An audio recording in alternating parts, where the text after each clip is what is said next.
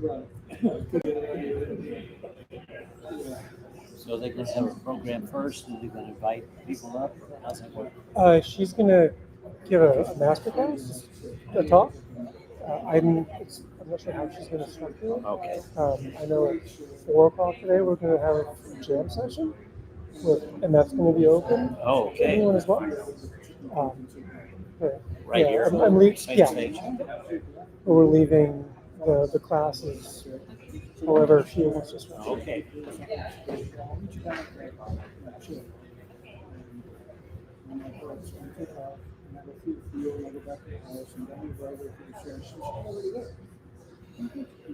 It's red. That's on. Red is on. Red is on. So good afternoon. Is it really on? Yeah. That might be on the board probably. There we go. There we go. So good afternoon. Thank you for being here. We're so excited to have Grace Kelly join us today.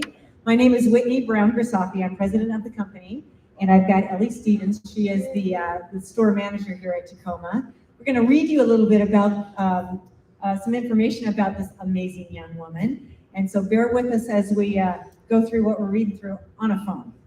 So here's Ellie. Hello and welcome. So we have saxophonist, singer, songwriter, composer, Grace Kelly, a musical prodigy, has left an indelible mark on the jazz world with her sold-out concerts, 15 acclaimed albums, performances at the prestigious venues like the Hollywood Bowl and The Late Show with Stephen Colbert. As of October 2022, she became the youngest member of Berklee College of Music Board of Trustees, which is a fascinating story. Wow. With over 1,000 shows as a band leader in 35 countries, including appearances at the Kennedy Center and major international jazz festivals like Montreal, Newport, and Montreux, Grace has captivated audiences worldwide. Her saxophone skills and vocals have led her to collaborate with stars like Lin-Manuel Miranda, John Bautista, and Wynton Marsalis. I gave her the hard things to say. Delegation. As a songwriter, Grace has earned accolades like the 2018 John Lennon Songwriting Contest Song of the Year, along with multiple ASCAP Composer Awards, Boston Music Awards, and International Songwriting Awards. Her instrumental mastery has been recognized 9 times in Downbeat Magazine's Critics Poll as Rising Star Alto Saxophone, and she was the 2023 Critics Poll winner for the Barry Sax. Grace has also made notable appearances in film and television, including Amazon's hit show Bosch, and the Emmy-winning Yamaha production, The Right Note. Her latest project at the movies, Grace Kelly with Strings, is an orchestral exploration of cinema music, showcasing her innovative approach to blending jazz with the filmic soundtrack genre. So thanks to Yamaha Musical Instruments and Grace Kelly herself, with no further ado, we'd like to introduce Grace Kelly. Please welcome her.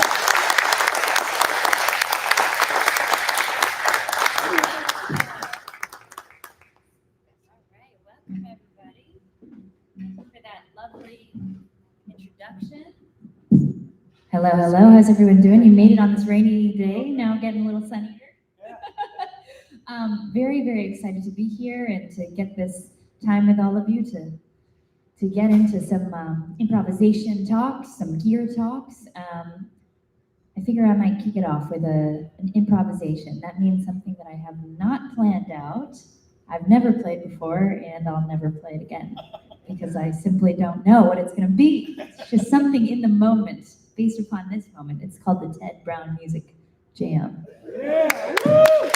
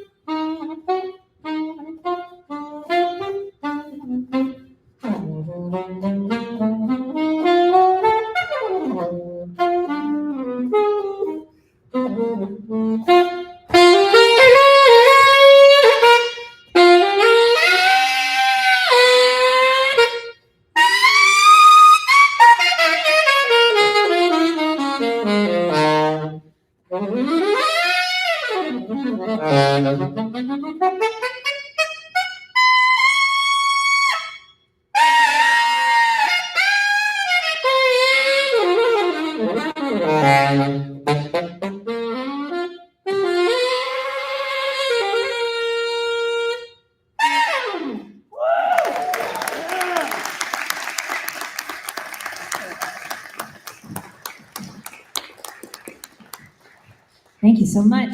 Obviously feeling quite spirited here at Ted Brown Music because look, we're like surrounded by the most amazing instruments and gear and people. So I promise you, I didn't even think about what I was going to play until literally just a moment went by. So I'm curious to know who here plays saxophone. Oh, awesome. I love it. Shout it out. Which saxophone do you play?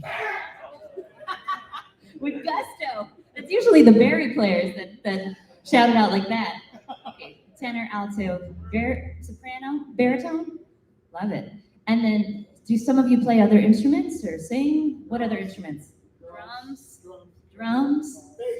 bass, vocals, piano, harmonica, or token harmonica. Love it.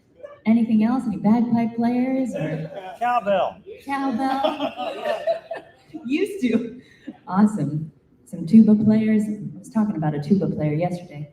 Well, great. I mean, we are actually going to be diving into talks of improvisation. So I think for those of you who play saxophone, awesome. This definitely applies to you. But for every instrument and vocalist, this is something that we can kind of dig into, and I hope will give you some ideas and concepts and things to play with later in the day.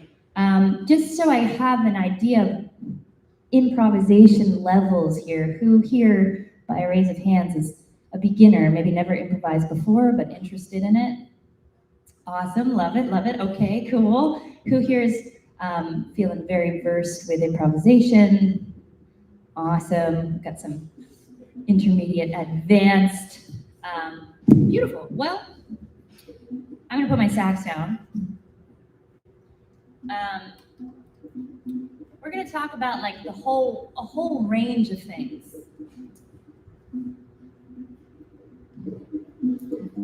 We'll talk about a whole range of things, and then maybe I'll get some volunteers up here too to like kind of demonstrate some stuff with me. There's so much to get into with improvisation. So today is really more of like a higher overview of some of the ideas that I think about when I'm like improvising, I'm building my solo. And each one of these things that we're talking about is probably a masterclass in itself that deserves like a whole playlist and listening session and discussion. So I wish we had a whole week to dig into it, but I'm going to kind of start talking more about some very fundamental things with improvisation, specifically to people who are beginning in this improv journey. I first started improvising probably actually at the age of 6 when I first put my hands on a piano. I was supposed to be practicing what my piano teacher, the music my teacher gave me, but instead of reading the notation, I started with that, and then I started playing my own melodies. And my parents would walk into the room and go, what are you practicing? That doesn't sound like the song your teacher gave you. So I think it was a very early indication that I always loved to make up my own stuff. And it was my 2nd grade teacher who said to my parents, you know, Grace seems to be like a little bit out of the box. It's hard, you know, she's sometimes I tell her to do the line breaks when we're working on some of our, you know, poetry, and she likes to put it in different places. And then she said to my parents, have you ever thought about signing her up for some jazz lessons? And turned out that was really like the best fit for me, because the first time I played the saxophone, which, by the way, my inspiration on the sax is the one and only Stan Getz. If you've heard the song Girl from Ipanema, that was a song that was playing on repeat in our household, like Sunday brunches. It was like my dad's chocolate chip pancakes and Stan Getz playing. So as a little girl, I mean, even 6 or 7 years old, I was walking around the house singing along to Stan Getz solo. And I always knew one day I really wanted to play the saxophone. I first had to play clarinet in public school because they wouldn't let me start on the saxophone, but very quickly transitioned to it. And my first saxophone was a Yamaha student model, and I loved it. The first time I played a note, it felt easy, the sound came out, and still to this day when I play my Yamahas, there's so much ease to it, so I've never gone back. But yes, my first saxophone inspiration was the amazing Stan Getz. But my first saxophone lesson, my teacher, well, I'm sorry, not my first saxophone lesson, I guess a few weeks in, my teacher said, okay, I'm gonna play the piano and I want you to improvise. And I had no idea what to do. I didn't know any scales, I didn't know my arpeggios.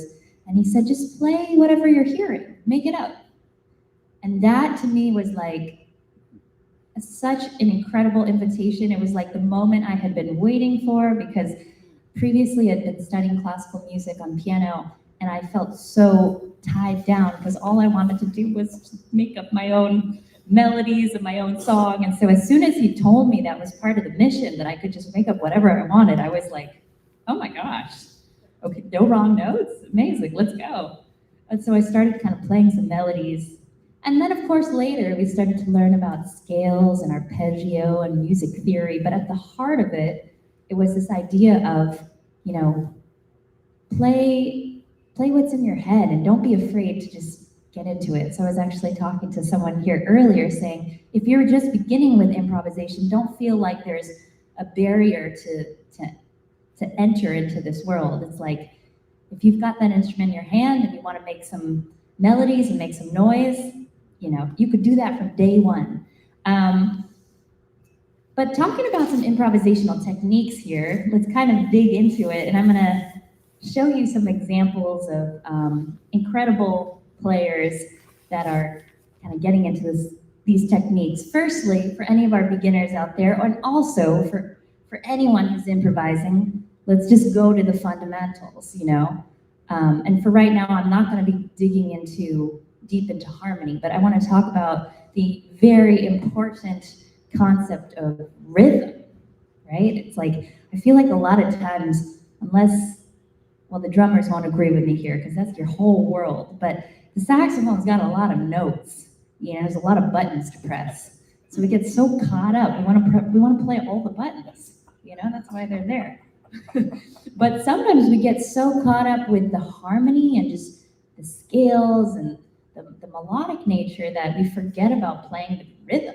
But rhythm at the heart of it is just like, it's the heartbeat. It's also when you're creating a dynamic solo, to me, it's like this anchor that can really bring your listeners in. It's also a way to really connect with your drummers, your rhythm section players. So for anyone who's just beginning with improvisation, there's a concept of playing a one-note solo.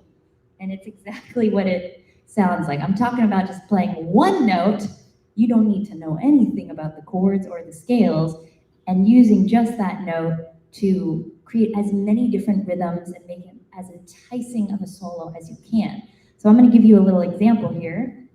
And people ask, well, can I use the octave key? And sure, you can use the octave key. But I'll give you some examples. If you're more advanced, by the way, one note can also include different techniques. You could bend it, you could growl it. You guys know that game, Bop It?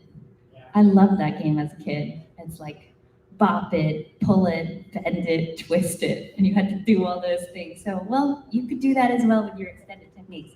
But here I am playing over, let's imagine there's a little groove going on, and I just got, my mission is to play one note, concert B flat, with as many rhythms as I want to make it kind of enticing,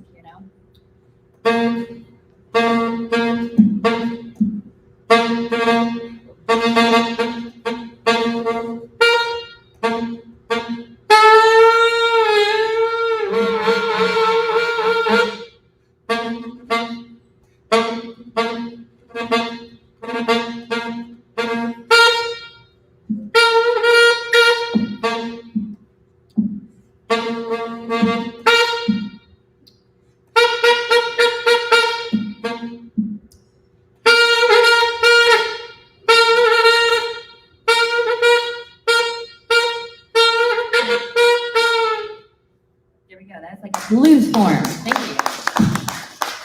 My goal in that moment is I really wanted you to feel the beat, because I don't have, any rhythm section here, but I really wanted you to feel, I'm going beat,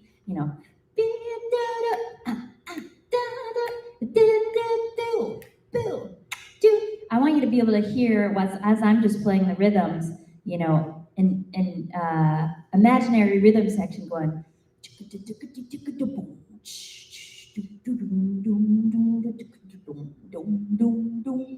right? So my mission there was not to play the most complex rhythms or to play the most random rhythms. It's really to have it have some type of groove. Did you guys feel a groove in it? Awesome. I want to show you an example of the brilliant saxophonist Illinois Jacquet. This is with the song Flying Home, and we're going to check out a little bit of his solo where he is just rocking one note. And here is an incredible saxophonist who can play all the buttons. He can press all the buttons, and here he is, like, I think this is the Ed Sullivan Show, just grooving. I really want you to listen for how he digs into the groove and how just in this one note he can make it swing and so hard. This is a great song to learn as well for anyone looking for a nice melody that's not too complicated. Okay, so let's see.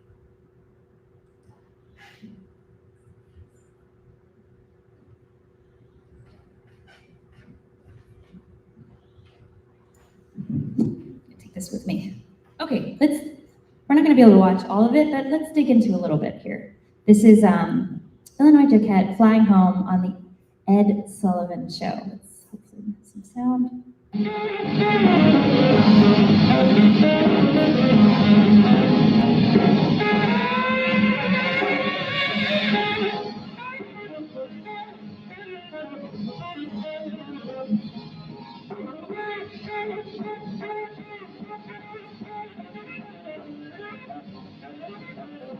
Let's just play that moment again. It's so swinging. It's hot. I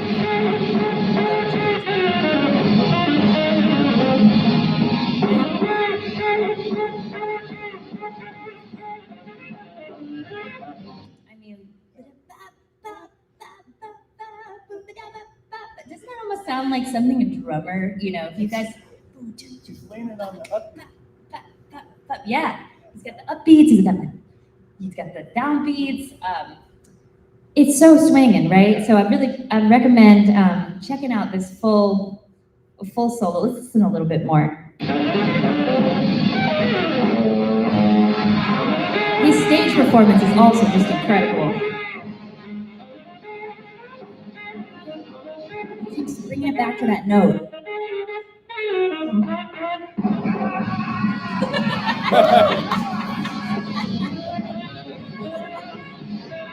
Anyways, yeah, that's great. That's a great, such a lively performance. Not only with the sax playing, but like we're getting all the rhythm in his body too. I mean, it's like as exciting as it gets.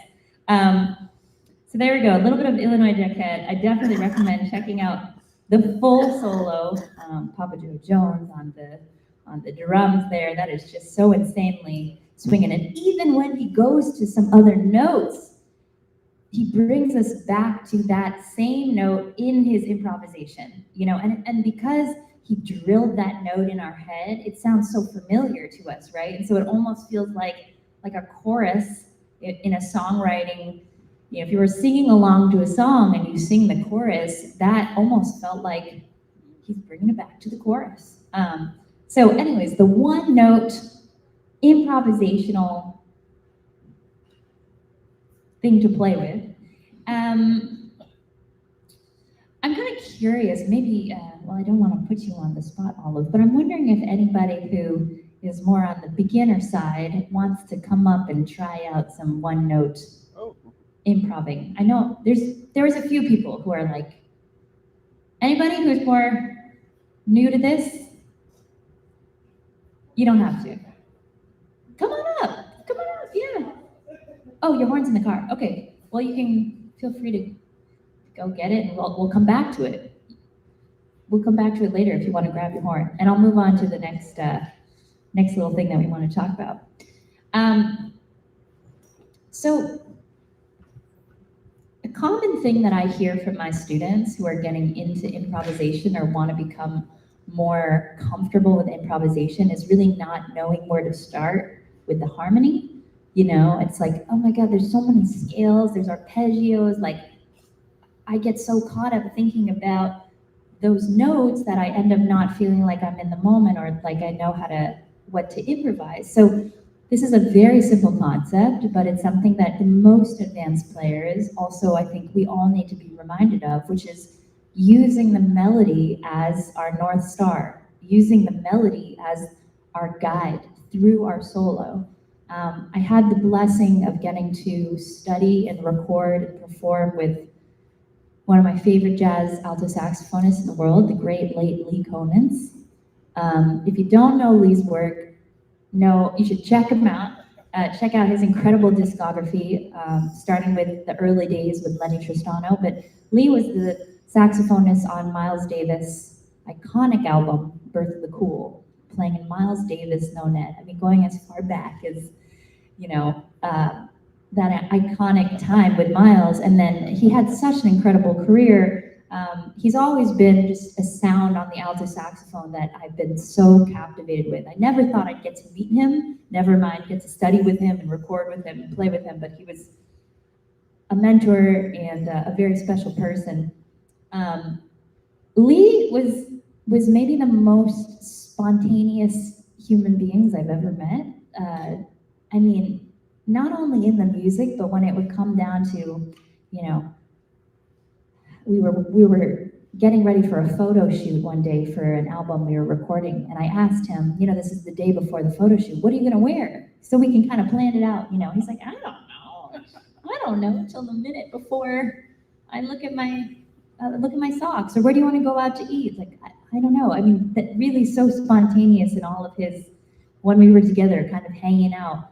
And Lee had developed a method called the 10 steps, his 10 steps method when it came to improvisation. At the heart of it, what he explained to me was basically step number one is playing the melody exactly as it was intended to be played. Like no embellishments, no anything, just like how the melody is written by the composer. And then step number 10 is a completely new melody. So even in this early correspondence that we were having, he was always talking about melodies, and between step 1 and step 10, you had to make your way to a new melody. It sounds really simple, but it's like incredibly challenging. And I remember the first time I tried to play using this method, he'd be like, okay, play the melody just as is. And I was already messing up because I would add these embellishments and he'd be saying, well, why did you add a bend there? No, I want to hear just the melody. And then he'd be like, okay, play step number 2. And then I'd already be kind of trying to make up a new melody. And he's like, that's way too early. That's step 10. So from step, 2 to 9, it had to be these very incremental, like just tiny changes until we made our way to a new melody. But I use that story and talk about the melody because this is such an important guiding thing when it comes to improvisation. If I'm playing the most complex song with tons of chord changes, like a giant steps, what am I thinking in my brain? I'm thinking about the melody.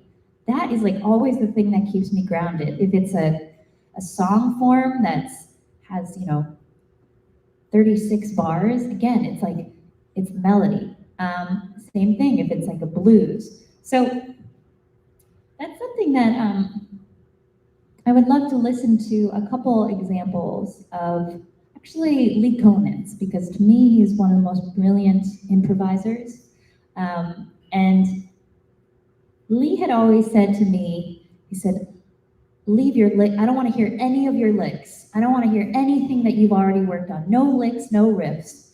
When you go out on stage, I want to hear that you're listening to the people around you, you're listening to the band and interacting, and that you guys are creating a special musical moment together in the moment.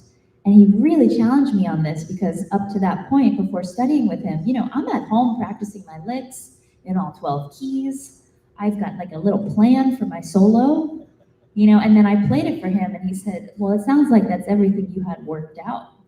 And he's like, that's not what I want to hear. I want to hear you create something in the moment that you've never played before, because the drummer just went, and did you hear that? And did you have a musical interaction and a moment with him? Because at the heart of it, when I think about improvisation, it's very much a conversation that we're having with each other, especially in jazz, right? Jazz is about really playing with those that are on stage with you, that are creating music with you. So I always think about my lessons and my time with Lee when it comes to improv, because it was so challenging at the time, but so beautiful to witness like the vulnerability of meeting sometimes brand new musicians, and then suddenly you have to create something together, and it's not based on what I knew before. So I've heard Lee play live in many different contexts with a whole range of musicians, including the incredible pianist Brandon Meldau, Grammy Award-winning musicians, jazz legends, and it was always so amazing because I could really hear them playing together, and sometimes it really worked. And sometimes you could almost feel like there was like this dance of people trying to figure it out. And of course, the people that he was playing with more regularly and really had a connection with, it's like they drop in right away. But I remember there were a couple times that I went with him to like some New York clubs, and it was like new people that were playing together. And I don't know anybody, I don't think I've met anybody that was so kind of extreme in the way that they were thinking about improvisation like Lee was, about really making it in the moment. So that meant that the people that he dropped in with right away and that also thought about music making in the same way, it was almost like spiritual. It was so incredible.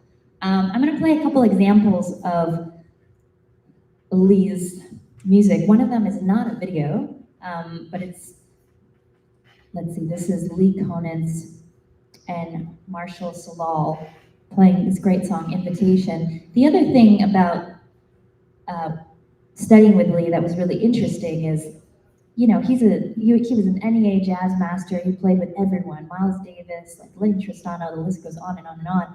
And if you look at his discography, you'll notice that there's certain jazz standards that he's played quite a bunch, and he's recorded a bunch of different versions, live versions, versions in the studio, and they'll all sound pretty different. And it's, I think, exactly that mentality of, depending on who he was playing with, how they were playing, he would always come up with something new. So when we jammed together, he'd still be, we'd be jamming on Solar, All the Things You Are, songs that he'd been playing for probably 50 years. And he continued to say to me, that he loved to play these same songs and never got tired of them because there was always something new to improvise on them. And I just found that so interesting because there was, at some point, maybe when I was in college, at Berkeley, you know, I was thinking, oh man, it's like, I feel like I've been playing this song a lot, or this song always gets called,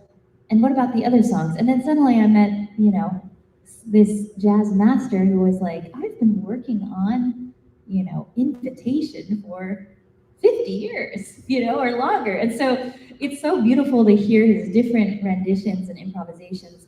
I'm going to play a little bit of this version of Invitation that is live with Marshall. And I just want you to kind of listen for exactly what I'm talking about, like the interaction. And because it's live, I have a very strong feeling, I can almost say with certainty, that Lee didn't have anything planned, you know. So let's just check out a little bit of this.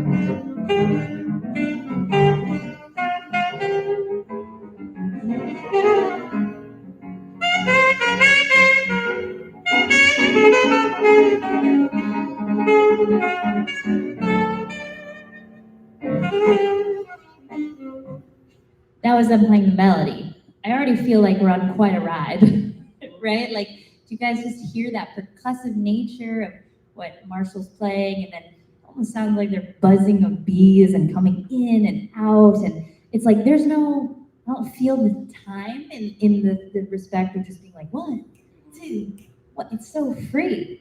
I want to show another moment. I had the pleasure of joining Lee while he was still alive at the 60th anniversary of the legendary Newport Jazz Festival. And it was really special, very, very special to play with him for this one. In true Lee fashion, I had no idea what we were going to play. You know, we're playing like the iconic Newport Jazz Festival. And I kind of maybe guessed there were a few songs that we had played of his. So I was like, okay, I want to have that under my fingertips. But he did not have a set list. We didn't discuss this ahead of time. Here we are in front of like thousands of people on stage, figuring it out. And this is just a little moment that really shows what I'm talking about. Like even playing at this major jazz festival, we just started as a duet, like him and we'd start playing. And then he'd look over at Dan Tepfer on piano, and Dan's like, okay, I guess it's my cue to play.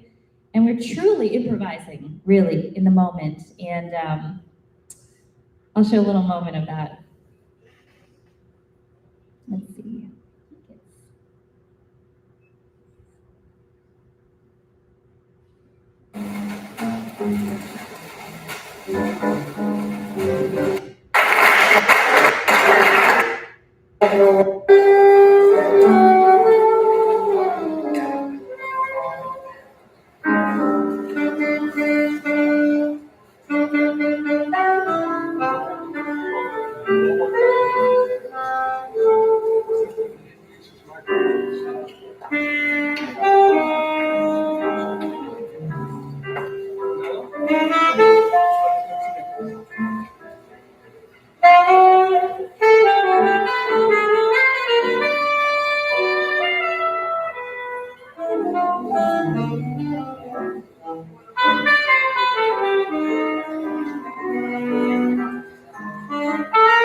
Actually wasn't the moment I was looking for. This is a very long video, but maybe it's somewhere here. We're just, let's see.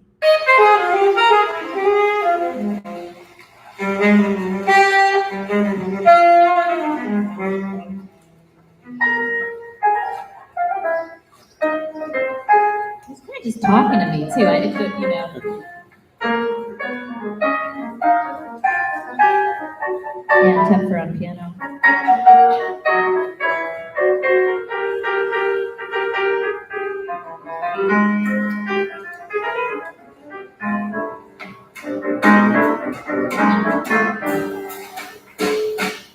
And then he'd look over, at George on drums, and then he'd start playing. So loose.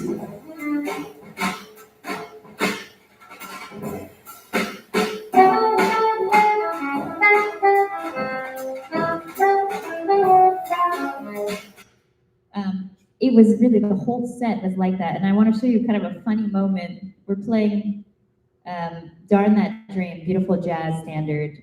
And I'll show you, this is truly how spontaneous things were. He starts looking over at me and he's starting to sing. And I'm like, I guess it's a cue to maybe start singing with him, but it's just a very funny moment that shows you how spontaneous it is. He's just,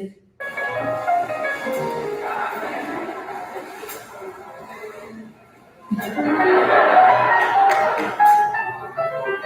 don't even have microphones.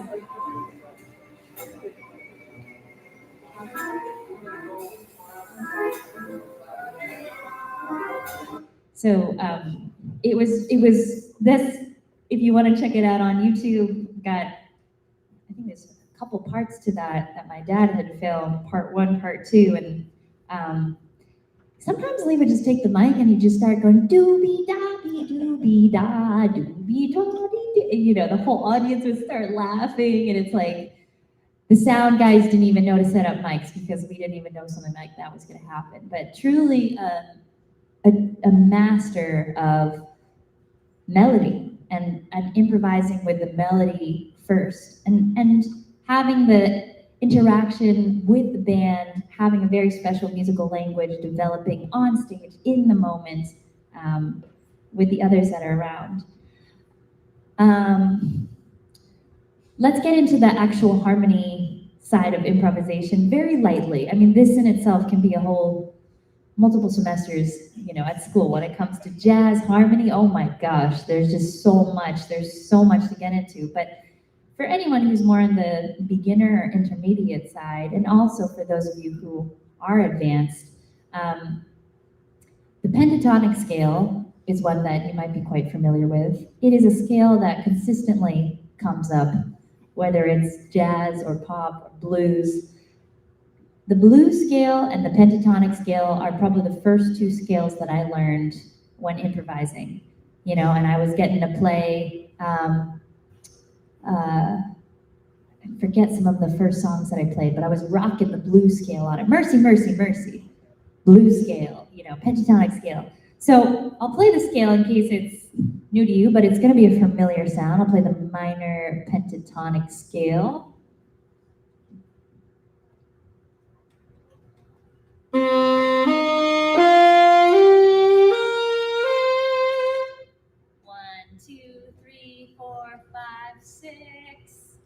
Six notes. Right, and then we've got, I'm going to play the blues scale. What you're going to hear are a lot of similar notes, except we're going to add a note.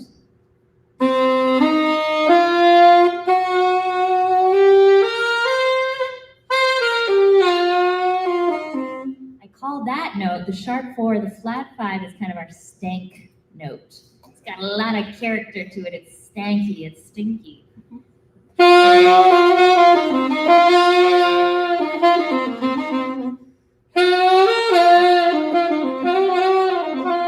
One note to also trill on the saxophone. I'm playing on alto, I'm playing the A blues scale, and you've got that E flat and that E, which means it's a perfect trill note, right?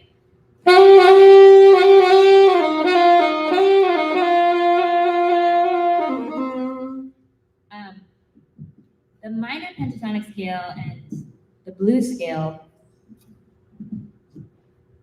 basically are made up of the same notes, except we have that additional blues scale, which is the flat 5 or the sharp 4 scale degree. So this is like one of the first scales that I like to teach my beginner students, because really there's a lot of songs, especially in, pop songs, rock songs, some jazz songs, that if you know even just the pentatonic scale and the blues scale, you really have some language to work with to be able to improvise.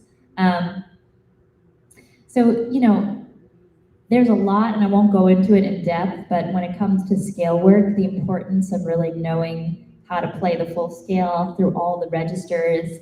And I use the metric of saying, if you can play the scale at a minimum of 70 BPM and not be messing up through it, then okay, now you know the scale, But we have to be honest with ourselves, right? Because sometimes we're like, yeah, I know all my scales. And then you're like, okay, play me the F sharp major scale, 90 BPM, let's hear it. And it's like, oh, well, And I remember that very distinctively because when I was studying with my first saxophone teacher, I really faked my way through my major scales until one day he said, Grace, we could keep using all your lesson time on the scales, or you could really work on them. And I promise you, we can get into some fun stuff. We really need to get those scales down, your major scales. And I was like, oh, gosh darn it. And I was like, okay. So from that moment on, I told myself, okay, I'm really going to learn all my 12 major scales because I want to get to this so-called fun stuff that my teacher's talking about. And he was right. He was right. After that, we actually got to really get into some very cool improvisational harmony stuff. But what am I trying to say here? Okay, so the pentatonic scale, there's a lot of different riffs you can play, ways you can play it just like any other scale, so many different variations. Or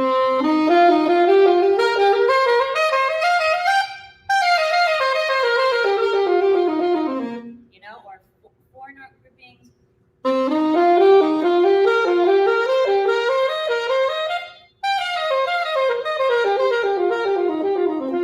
In fourths and thirds. Right, so it's endless. It's endless, and if you want a place of where to start with having scale PDFs and all that, talk to me because I've got resources where you could just be practicing a whole lot of scales, and it's a fantastic thing to practice. But I want to talk about the pentatonic scale and the blues scale in a musical context and show you a little example of, anyone know the great saxophonist Kenny Garrett? Just love his work, and his sound, by the way, is just, I think the goal for any musician should be to develop a sound where we all know it's you, and we know it in just a note. I mean, if you play Lee Conant's one note, I know it's Lee. Kenny Garrett, one note, I know it's Kenny Garrett. Sonny Rollins, one note. David Sanborn, you know what I mean? So sound is so important. I mean, I would go to even say sound is more important than the scales, arpeggio. If you look at an incredible player like David Sanborn, whether he was playing with Paul Simon or Billy Joel or any of the jazz greats, he could just play 4 bars and you'd be like, that was it. And it was maybe just the pentatonic scale, but with so much character to his sound. So in this next clip I'm going to play, I feel very similarly about. It's the great Kenny Garrett. He's playing the song People Time. I'm sorry, Happy People. People Time's a Benny Carter song.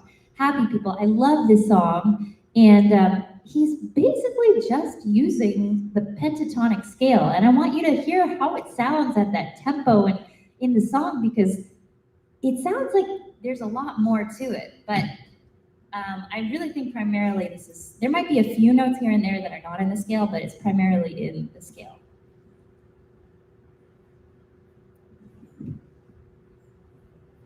And this is a pretty simple song. There's only a few chords. This is also a great song for any of you that are looking for a song to work on to check out. Again, I'm not going to play the whole thing, but I really recommend that you go home and just check out these recordings. So this is him live at the North Sea Jazz Festival. And again, just listen to the way he plays with this pentatonic scale. Also, I want you to listen to his dynamics, the way he shapes his solo, and his sound.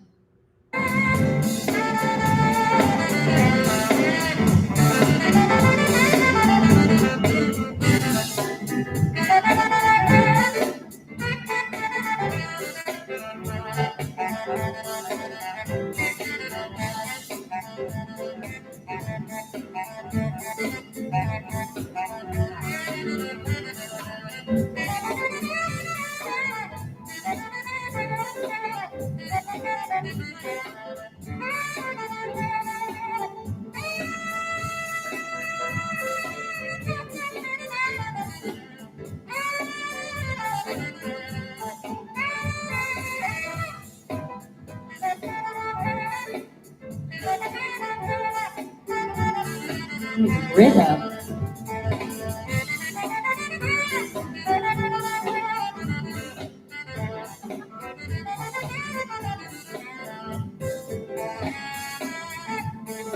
Okay, so groovy, right?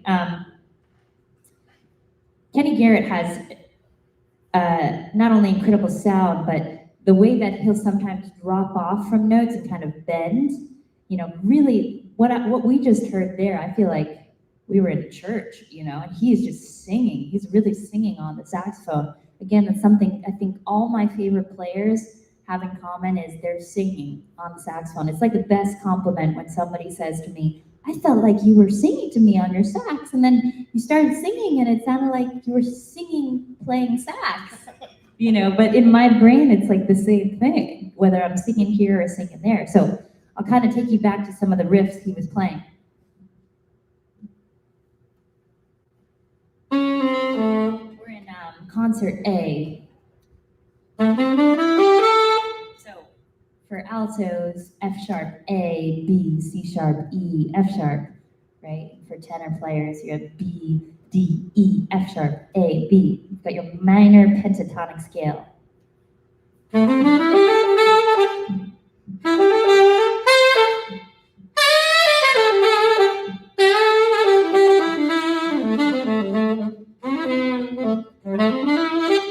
Kenny will kind of do these things sometimes where he'll play a note and he'll kind of drop off like.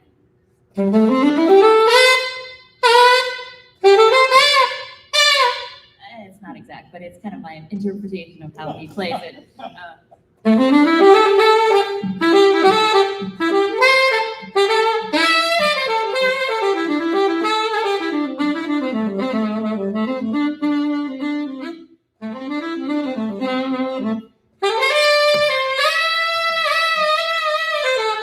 Right? That's just one scale. That's the minor pentatonic scale.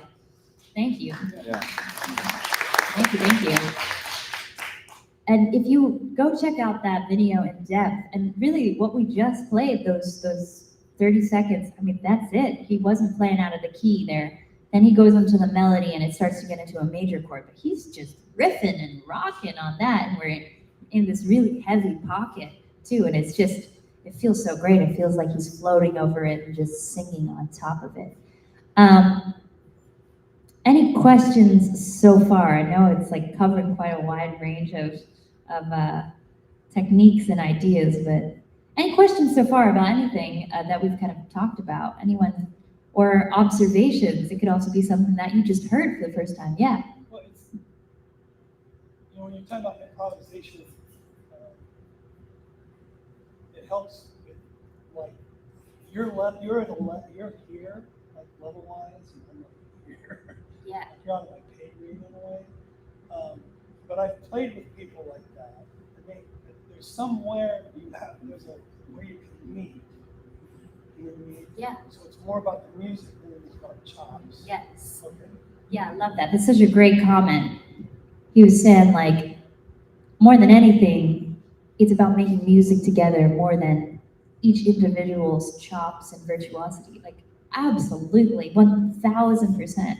I would always play and like to hear someone who's making music over someone who's just showing off. I mean, that's not music, that's just being like technically incredibly proficient. And it's certainly impressive, but like the person who will always perk my ear at a jam session and make me actually turn around is somebody who has an incredible sound, right? And somebody who's making music. And that kind of goes back to what I was saying of my time studying with Lee Konitz. He said, leave all your licks. I don't want to hear your flashy licks, not that I really had any at the time, but I had a few licks. He's like, I want to hear you play music. And the same goes for when I'm playing with rhythm section. Yeah, I would much rather have like a drummer really digging into a groove and making that feel and sound amazing than having them play like all this busy stuff And same with, bass, guitar. It's like, just give me the beat, give me the groove. Totally. Any other observations or questions thus far? Yeah.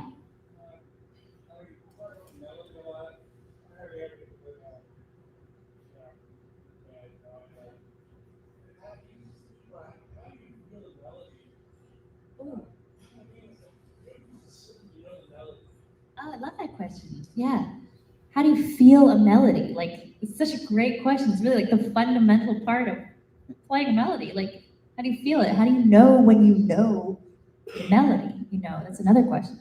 So something that really helps me, especially when it comes to jazz music, is I always want to trace the song back to like the original composer and the writer and try to find the kind of purest version of the melody. The challenging thing about when you learn a song, and a lot of people have covered that song, is sometimes if you start to study someone's version where they've done a lot of embellishment, you might find you actually don't know what the melody is. And so great singers like Joe Stafford, Frank Sinatra, I found with jazz music, like trying to find their versions, or people from their kind of era, would really give me a much stronger indication of, in the case of jazz standards, what the melody is. Because there's some songs that, I might love saxophonist Joshua Redman's version of it, but if I use that as my first entrance to the song, there's maybe so much embellishments going on that I don't know the heart of the song. The other thing that I love to do, and I spoke about with another one of my mentors, the great late, the incredible Phil Woods, is the importance of knowing the lyrics to these songs, right? That's something that Phil would always say. He'd always know the lyrics to a song. Because, and I felt it was so cool getting to discuss that with him. He actually told me a story about the great saxophonist Ben Webster, apparently playing at a jam session, and then they were playing this jazz ballad, and he stopped the band, like in the middle of the song, and said, I don't know the lyrics to this, we can't play it.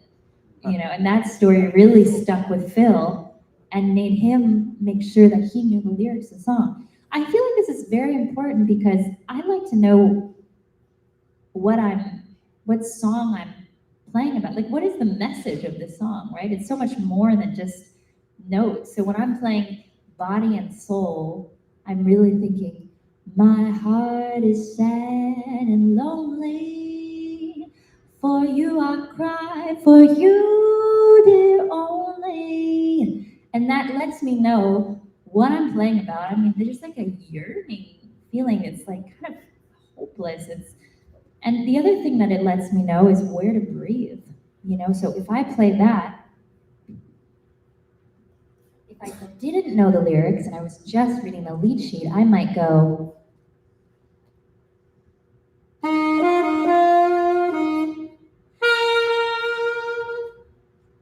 my heart is sad and lonely. And like that could work. But I think it feels even smoother when I'm saying it in my head, like my heart is sad and lonely, kind of go together. It would also prevent me from taking a breath in the middle of a word. So if it was a 2-syllable word, like broken, I wouldn't go broken. I go broken, not. So that's also like on a very detailed level, like why I really love to know the lyrics. I want to know what I'm playing about. I want to know why I would be kind of extending a feeling. Or if I know the bridge, say it gets even more intense with the lyrics, that might be my indication musically to be like, ooh, I'm going to start to add more growls, or I'm going to add more dynamics here because it makes sense to me. I'm like, I know the story that I'm trying to tell. So that's a great question, and hopefully give some ideas about melody. Yeah, awesome. I'm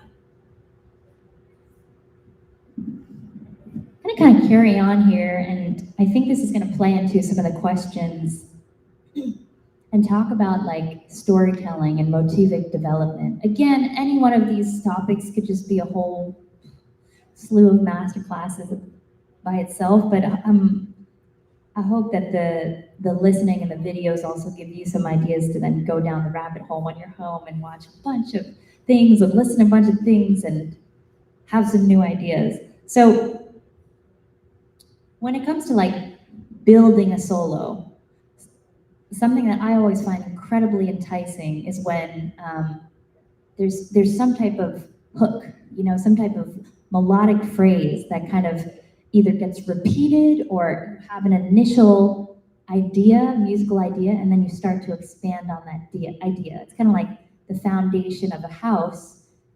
From there you've got the foundation. Okay, you're going to build off of that foundation. So instead of a bunch of just random phrases and licks, it's like this all goes together in this encompassing improvisational piece. So I'm going to show you a couple examples. One of them is one of my favorite Sonny Rollins albums, and I want you to listen for how he builds his solo using just the same rhythm, these same notes. I think Sonny Rollins is such a master at this. I had the chance to get to meet him once and play for him, which was incredibly daunting. And I played for Sonny, and he said, "Yeah, sounds like you like to improvise." And I said, "Yeah, I do." He said, "Yeah, me too." I'm like, "Oh, yeah, well, for sure, it's what we've all studied you." And he said that the way that he practiced is he would just make up melodies. And I thought that was just so cool. I'm like, wow, Sonny Rollins is practicing by just like playing melodies. No wonder he's one of the greatest melody makers in improvisational music. So this is a little bit of Sonny Rollins' song, covering this jazz standard Without a Song from one of my favorite Sonny albums called The Bridge, which if you haven't heard that album, definitely check it out. Let's listen to this. And I just want you to pick out kind of that moment where he keeps repeating this motif, he keeps repeating a phrase.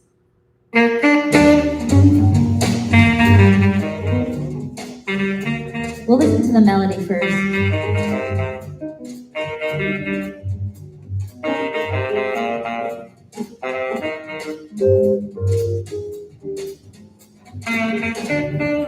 Check out his time feel too. It feels so good.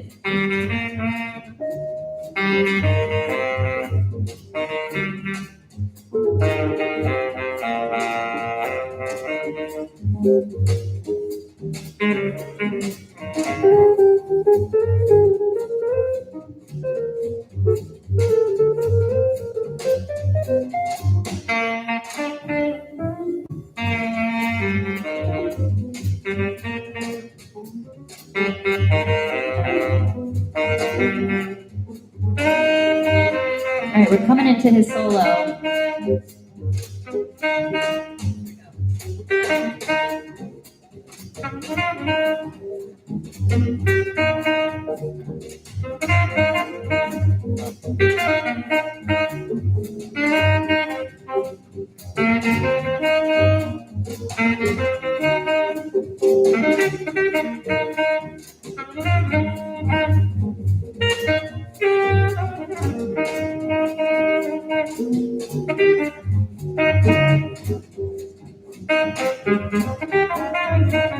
So that note, ba, ba, I mean, he's just nailing it into our brains, right? It's like, but the way he's doing it with the rhythm, the way that he's playing with how he gets to that note, I just love that solo. Actually, I really recommend it to anyone who's looking for some transcription inspiration for learning a great solo that really gets into motivic development. But he has this hook, right? Dee-ba-do-bop. What is he going to do with that? He starts to shift it with the different rhythms. He starts to bring us back to that note in all these different ways. So I think it's just such a fascinating way that he was building his solo. I'm going to show you another example that is in the blues context. I had the pleasure and really learned so much from working with one of the guys you're going to see here. He was the harmonica player with Muddy Waters, and Muddy Waters was, such an important figure in blues music. And you're gonna hear kind of, this is a really cool, I just found it, it's like a video on TikTok. It's amazing that you could search any of these people and just find these golden nuggets. I had a chance to get to play with James Cotton quite a bit through my mentor in the blues world. And I'll never forget that James Cotton, I think we were playing at House Blues or something, and there was this solo that James Cotton is on the harmonica, and for like 2 choruses, maybe like 3 minutes straight, he just played the same riff over and over and over and over and over again. And it was so powerful because like, you could feel the audience was like on the edge of their seat. They were like, is this gonna keep going? And then the band started building, and by the time he played that note, leaving the phrase, you know, he played like a long release, a long note, and the crowd went like nuts, you know. So I learned so much kind of playing outside of a jazz setting, you know, in a blues setting, because previously to getting to play any kind of rock and roll and blues music, I was really just studying traditional jazz. And one of my mentors in the blues world is a wonderful harmonica player and singer, James Montgomery, and he's worked with all these incredible people in the blues world.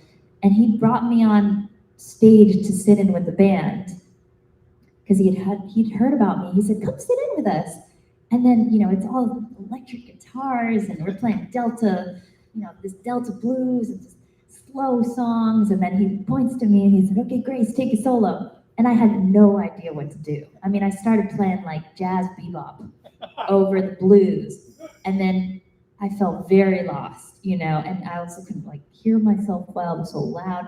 And then James said to me after, I want you to come back and sit in with us again, but you need to go home and listen to some blues. You need to, do you know who Junior Walker is on the saxophone? He's like, you gotta go listen to Junior Walker. You gotta listen to David Sanborn. He's like, I wanna hear you play something like you gotta go up there and play strong and build your solo, you know, and tell a story. And I had no idea how to do that because I really previously was playing primarily swing music, jazz music. It doesn't play and build in the same way. It's such a different world. And so I went home and started listening to Junior Walker and like all these amazing players in the blues world. And I kept going back. He kept letting me sit in with him until finally it was like, okay, he was saying, now you're telling a story. Now you're playing those notes and you're bringing us kind of to that dynamic place. So here's a great clip of Muddy Waters and young James Cotton. And let's just check it out. And when it comes to James Cotton's solo on the harmonica, talk about motif and repetition and really like latching on to something. Listen to the way that he plays this. Got my mojo working. I got a feel to say, woman, giving me advice. I got a feel to say, woman, giving me advice. I got a whole lot of tricks, keeping girl on. Got my mojo, got my mojo, got my mojo, got my mojo, got my mojo, got my mojo, got my mojo, got my mojo, just no more. Here comes James.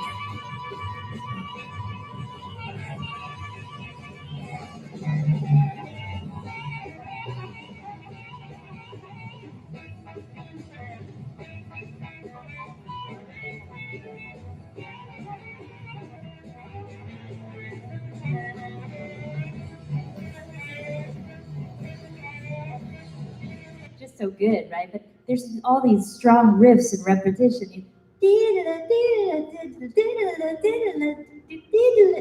And it really brings me back to that moment of like at House Blues with James, and he's just digging in and he's playing that riff and he's repeating it, and it's like the crowd is just on the edge of their seat waiting for what he was gonna then play, the soulful high note, and he just took us all to another planet. But does that give some ideas in jazz and a blues context too, right? About like these different motifs, these different ideas that we could be playing with. maybe some fresh, some fresh inspiration there. Awesome. Let's see. Does anybody want to kind of come up and demonstrate some motivic improv with me? Anyone? You want to come up? Come up. Yeah, awesome. A round of applause. What's your name? Aven. Aven. Awesome. So Aven's gonna come up, and we are gonna like play a little groove. And what we're gonna do is I'll just kind of play a little bass line, and I want you to just find a repetitive phrase.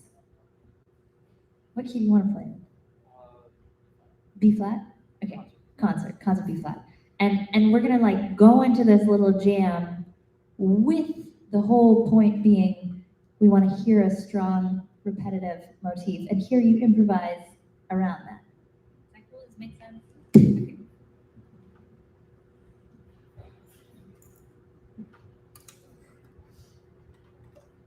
So hard. Right, let me start with a little bass.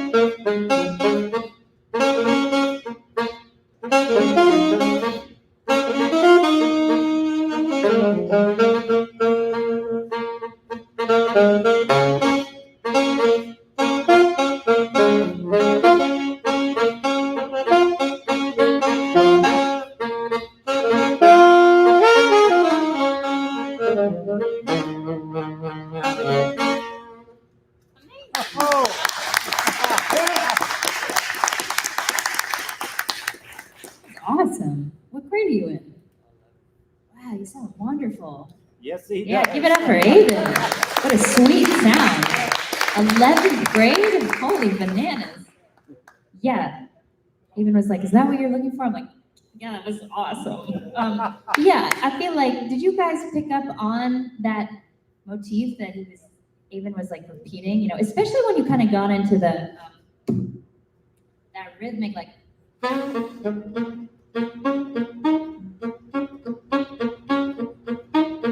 you know, and it was something we could all grasp and we could then follow you to see how you were developing it. Right? Wasn't that so cool? Yes. Bravo. It's the tone. His tone is awesome. So sweet. Man, 11th grade. So cool. Any questions? Yeah.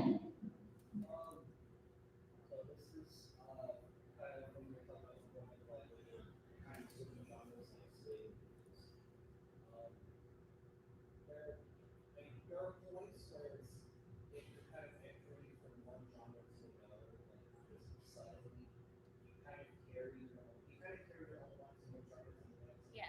Sometimes they kind of connect, sometimes they don't.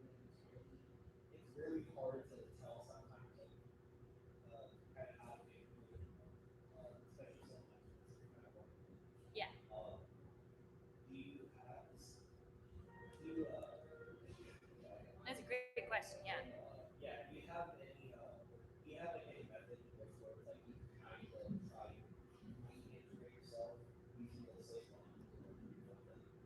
Oh, it's such a great question. It's a question kind of speaking to when one is playing in a different genre than you're used to. And actually, you and I were speaking about that earlier, kind of coming from more concert band work into playing now more big band music. How do do you take some of the licks and the phrases you know and then kind of rework it in that other genre? Is that kind of getting to some of the question? Yeah, I don't know if I don't think I worked it very well. And it's a great. I think I understand what you're talking about. I think, and I know exactly what you're talking about because, like, for example, jazz is I mean, I've been studying it for a long time. I mean, I could just drop into this right away. I've done so many transcriptions, played with so many people. It's like, it's home. But recently I've been working on different types of music, and like I love listening to metal music, and I'm like, oh, I want to get some riffs and play in that style too. But it's a very different, the way that you might approach, you know, rhythms and lines. So I think the first thing that I like to do when I'm trying to incorporate a different style is really listen to a lot of people that I dig in that style, and then kind of go through the same process of like transcriptions. When I was like first getting introduced into playing more of the blues style, I knew that none of what I had in my bag was really resonating. Like honestly, to be honest with you, I mean, I really was playing like kind of bebop jazz, and I think what did end up translating is like the harmonic knowledge, right? So whether you're playing chord tones, a 1-3-5 in jazz, say it's like a, you know, Dixieland jazz groove, like.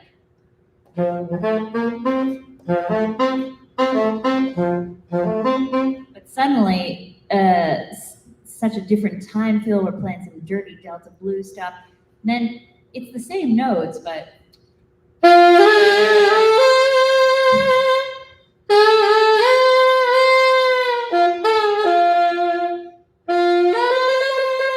You know, I think the hardest part for me was like time feel, you know, and then being able to kind of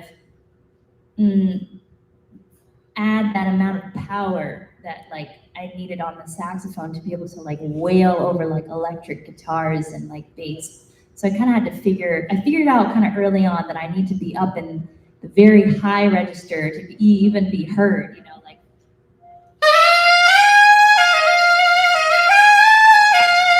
You know, and that took, I didn't have that range and stuff really under my pocket as my most comfortable place. And I also didn't have playing in the keys of, you know, E and A, which on alto is C sharp and F sharp. I mean, it's like the guitar keys are the roughest on the saxophone, and that's the keys that everyone wanted to play in. So suddenly they started to become, you know, by necessity of practicing and playing it, a lot more comfortable. But yeah, I hope that kind of speaks to it. It's like, I think the harmonic knowledge, if you know your scales, you know you've been practicing shedding your chord tones, all that, like we only have a certain amount of, we've got the, you know, we've got a limited amount of notes. So then it's a question of like, how do we use them, and what techniques and what time feel, and how do we use that? And that really, I think, gets answered a lot when you start to dig into transcriptions. You start to really spend your time trying to emulate your favorite players literally as much as possible. And by the way, when I say transcription, like with my students, I'm talking about you're really trying to sound like that person as much as you can. Like it was Halloween yesterday. If you're transcribing Sonny Rollins, I want you to be the audio version of dressing up like like whoever you dressed up for Halloween. So if Sonny did a bend here, like you do a bend there. If he cut off and 1 second, 0.25, you do that. You know, it's not kind of like I played his solo. It's like you were marking up the page and playing every little articulation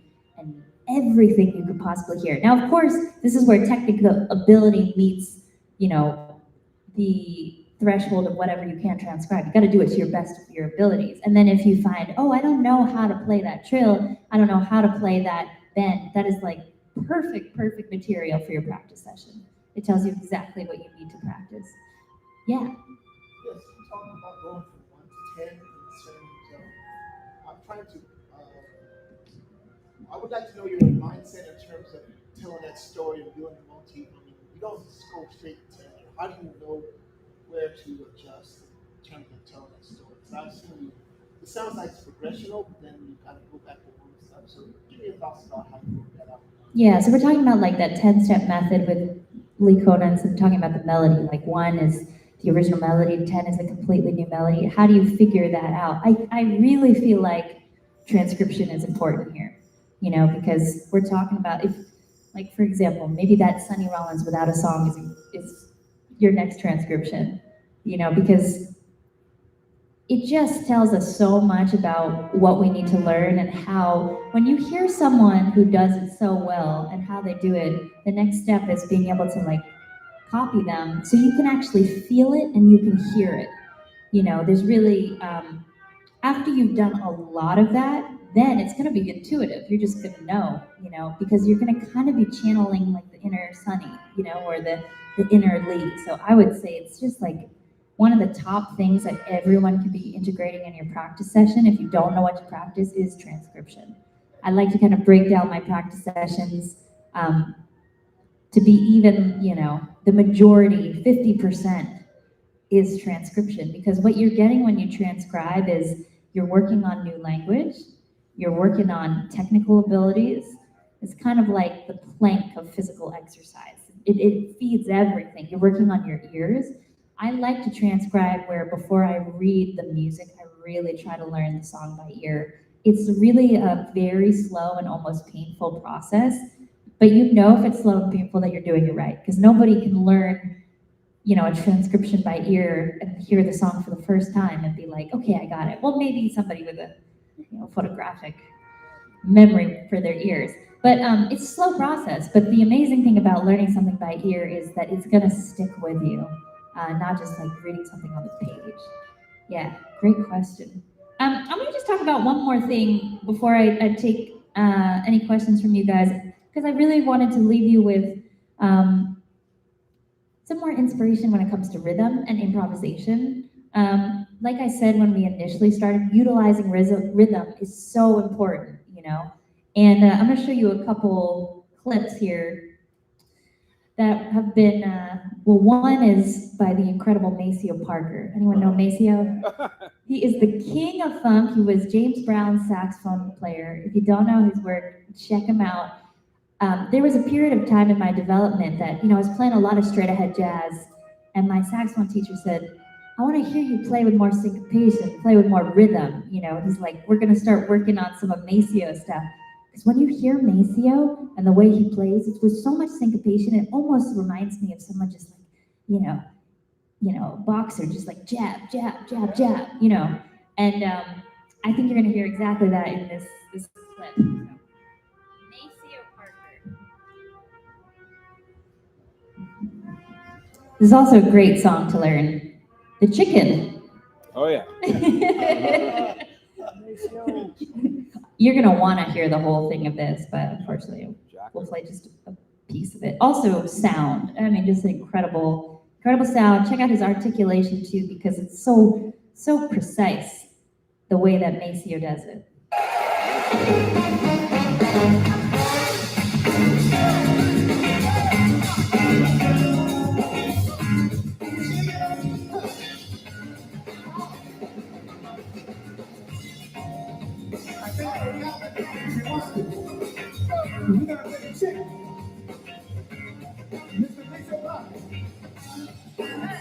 We'll hear a little bit of the melody and then we'll go into Maceo's solo.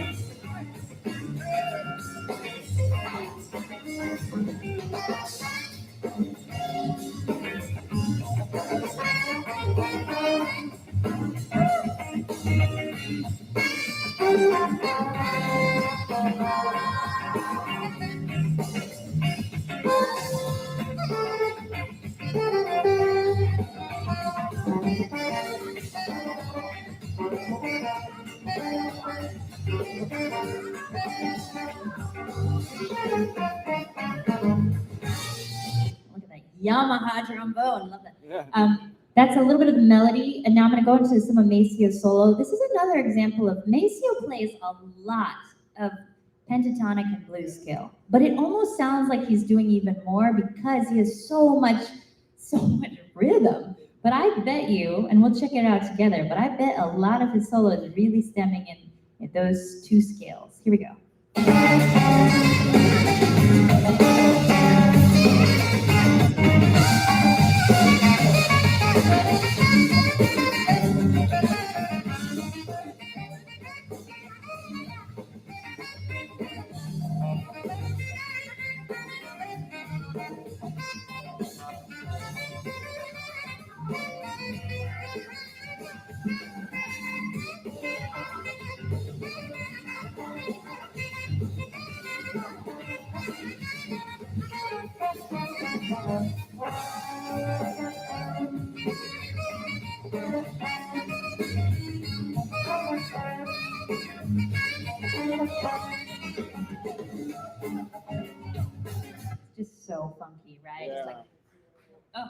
The syncopations.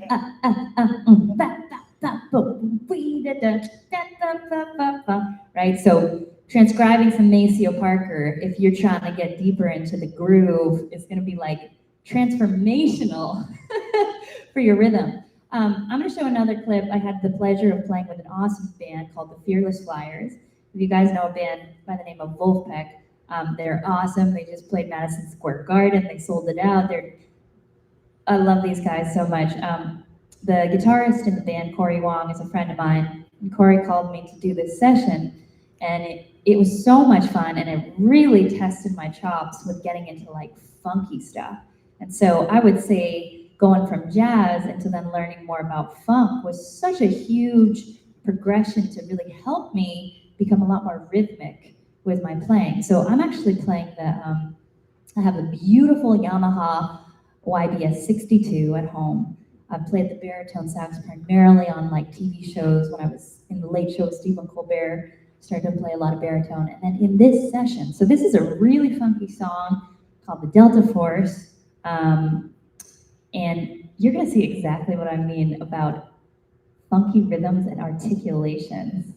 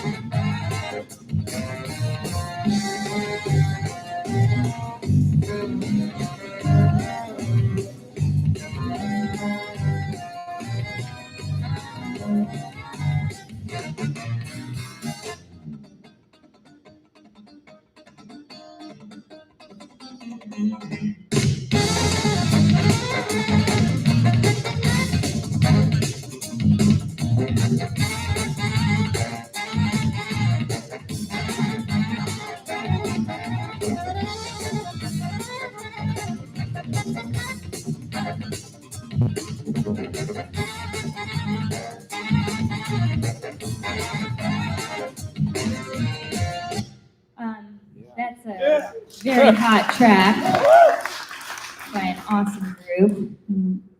Was very excited to be a part of that. Kenny Holman is on the tenor sax and Michael Nelson's playing the trombone. Both of them played with Prince, and Michael Nelson also arranged for some of Prince's, the horn section, and he arranged those horn charts, and he was like our captain, the horns captain, and he would be like, no, play it again, tighter, tighter, and just on us about like making sure the articulation was just, and it's fast. That particular song is very fast. The album is called Tailwinds, and we have some slower ones too, but it's really funky. And so that got me really practicing on the baritone, you know, the way.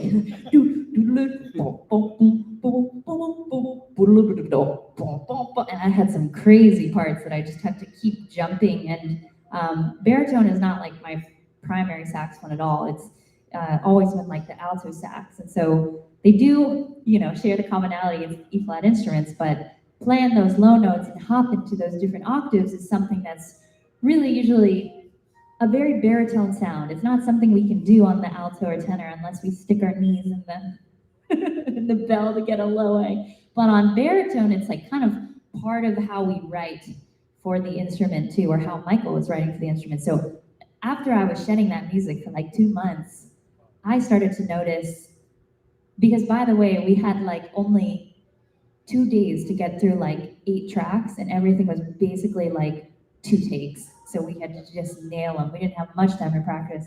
But after I practiced that, I started to notice there was a lot of new rhythms and ideas coming into my playing. So also a great place that you could be taking your transcriptions and practice sessions and to get into some funk stuff.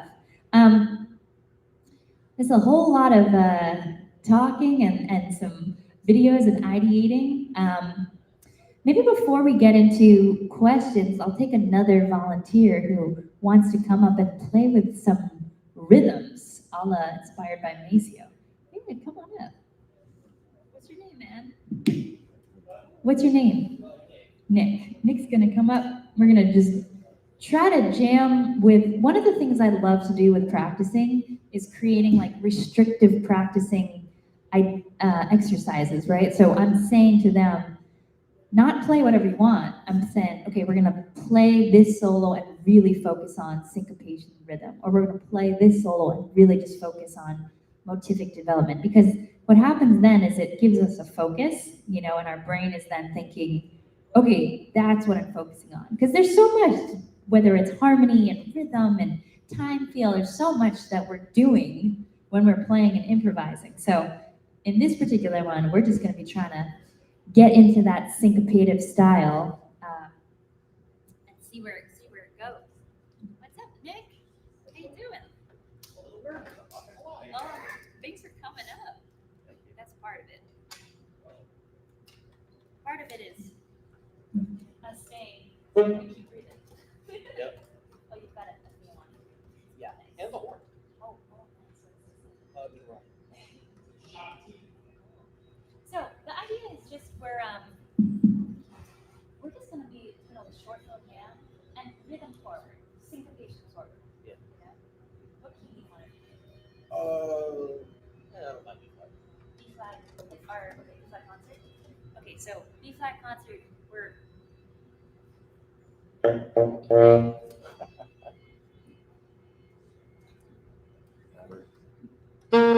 think the battery died on this. Okay, anyways, let's do it. He's good,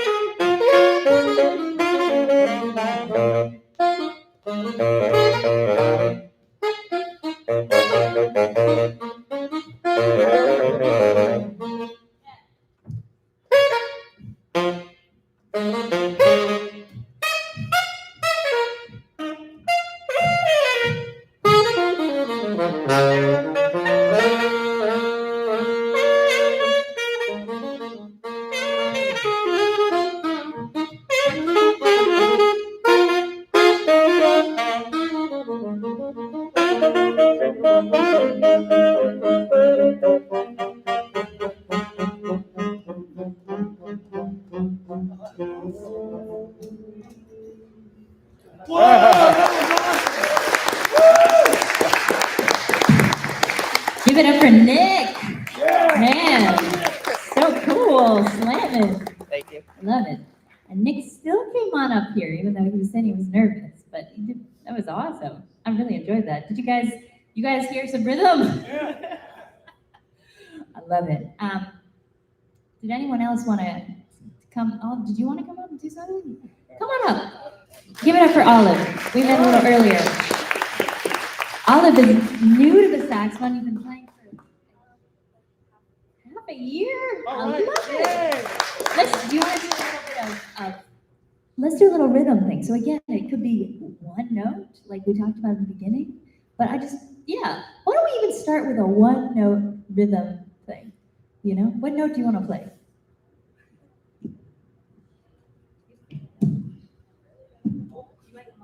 How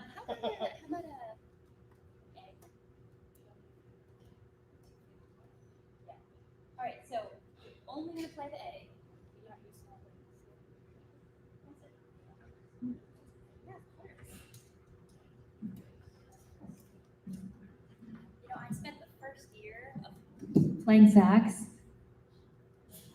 with my, I sat down on my sax keys and I put a pillow in front of me, and that was my setup for an entire year, because the sax was too uncomfortable on my neck, it was too heavy, so. Whatever you gotta do. okay, so you're gonna play an A, any rhythm you want, but just stick to the A. And then I'm gonna play a little something right here. Yeah, the A's right now. But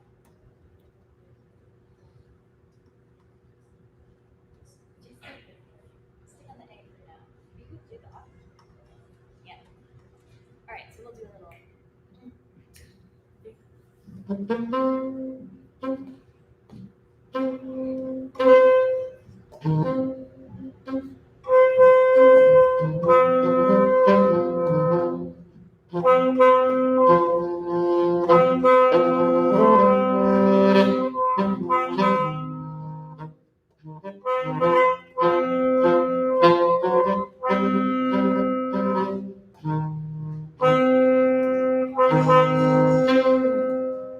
Awesome, awesome.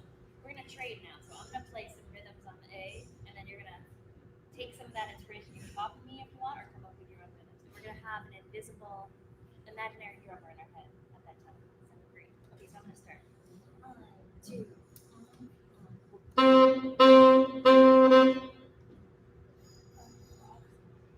Okay, so alternate. I'll play a phrase. 1, 2, 3, 4. Bar. You play a phrase for a bar.